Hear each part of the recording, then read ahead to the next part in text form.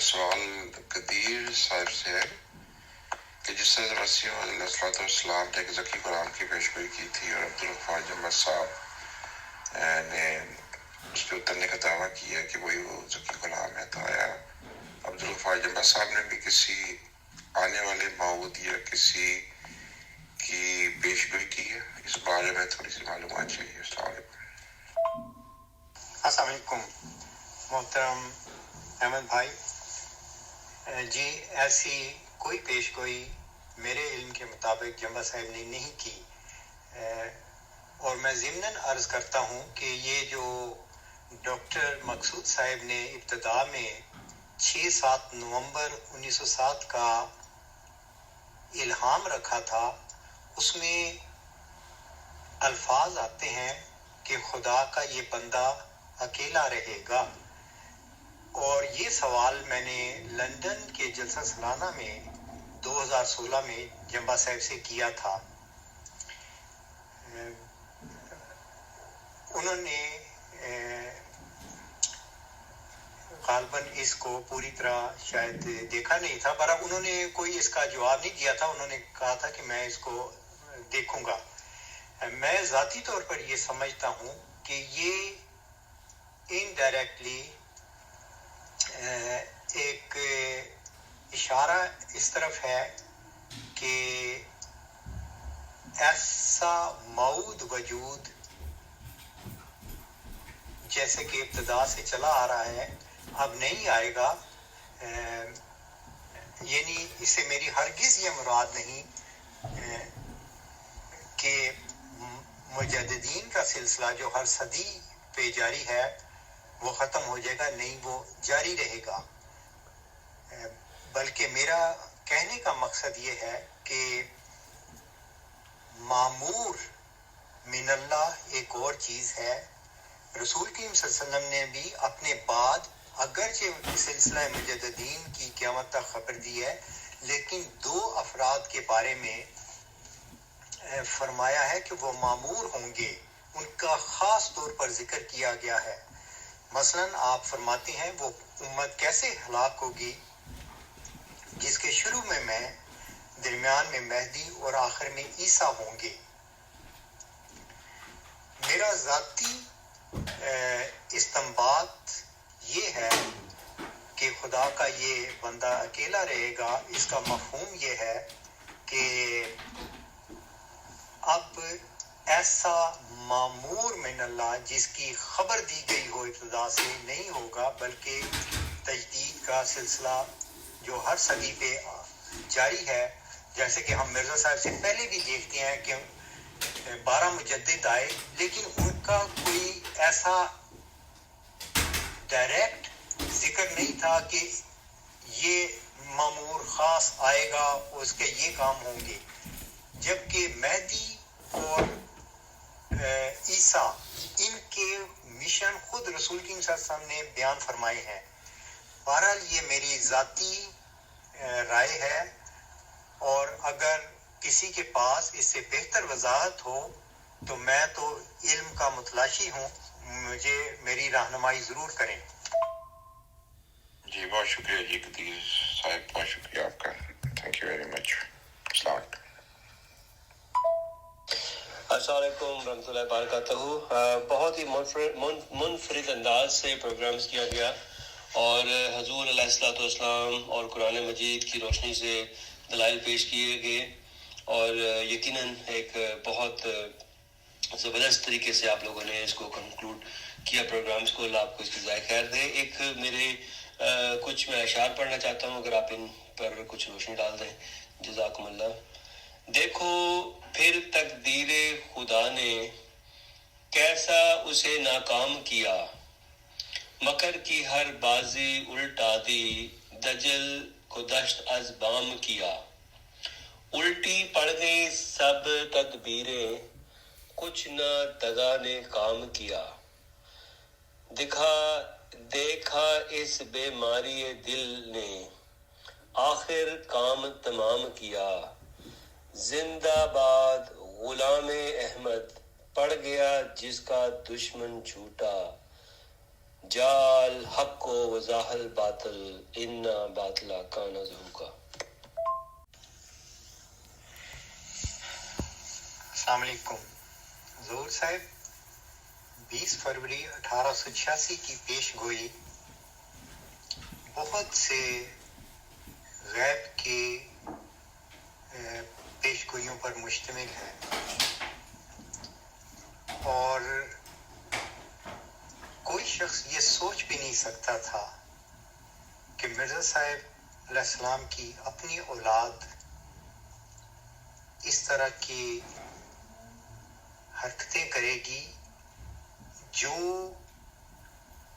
اہل ایمان کی ہوتی نہیں ہے. یہ کوئی اللہ پر کسی کو ایمان ہی نہیں ان میں سے، یہ محض لفاظی ہے ان کی، یعنی اپنی گدی کو قائم رکھنے، اپنے طاقت، اپنے مال و دولت پہ کنٹرول رکھنے کے لیے محض ایک مذہبی لبادہ ہے جو اڑا گیا ہے. اللہ کی سنت یہ ہے کہ وہ ہمیشہ غیب سے خبریں دیتا ہے، وحی و الہام سے پوشیدہ باتوں کا اظہار کرتا ہے. اپنی سب سے اہم چیز ہے کہ اپنی ہستی کا ادراک کراتا ہے ان باتوں سے، اور اس چیز کا انکار کر دیتے ہیں. یہ مسیح موعود علیہ السلام کی اولاد در اولاد ہم خدا کے بنائے ہوئے خلیفے ہیں، ہمیں 40 بندوں نے بند کمرے میں چنا ہے، یہ ہے ان کا خدا کا چناؤ، یعنی تسلط رکھا ہوا ہے اپنا. دوسرے لفظوں میں کہ ہم کسی خدا کو نہیں مانتے کہ وہ وحی و الہام سے کسی کو کھڑا کر سکتا ہے. یہ بیماری نے جماعت میں پیدا ہونا تھا، اور اسی کے بارے میں اللہ تعالی خبریں دیتا رہا کہ میں ایک موسیٰ کو ظاہر کروں گا، میں ایک ذکی غلام کو پیدا کروں گا جو ان سب بیماریوں کا علاج کرے گا. اور ایسا ہی ہوا. حضرت مسیح موعود علیہ السلام کی یہ بات کیوں انکار اس کا کیا جاتا ہے؟ وہ کہتے ہیں کہ مسلمانوں میں سے ہر ایک شخص جانتا ہے اور کسی کو اس سے بے خبری نہیں ہوگی کہ رسول کریم صلی اللہ علیہ وآلہ وسلم نے فرمایا کہ اللہ تعالیٰ ہر صدی کے سر پر ایک مجدد بھیجتا ہے. جو شخص اس چیز کو اس کا انکار کرتا ہے وہ خدا اور اس کے رسول کی تکذیب کرتا ہے. تو کیا جماعت کے یہ آخری چاروں سربراہ جو مجددیت کا صاف انکار کرتے ہیں خدا اور اس کے رسول کی تکذیب کرنے والے ہیں کہ نہیں ہیں؟ اور یہی پیش گوئی میں خبر دی گئی تھی 20 فروری 1886 میں. وہ جو خدا اور اس کے رسول کو انکار اور تکذیب کی نگاہ سے دیکھتے ہیں وہ ایک کھلی نشانی ملے اور مجرموں کی راہ ظاہر ہو جائے. تو کیا آج مجرموں کی راہ ظاہر ہو رہی ہے کہ نہیں ہو رہی؟ خدا کے وعدے پورے ہو رہے ہیں یا نہیں ہو رہے؟ ہو رہی ہیں، اور یقیناً ہو رہی ہیں، اور خدا ان مجرموں کو ظاہر کر رہا ہے.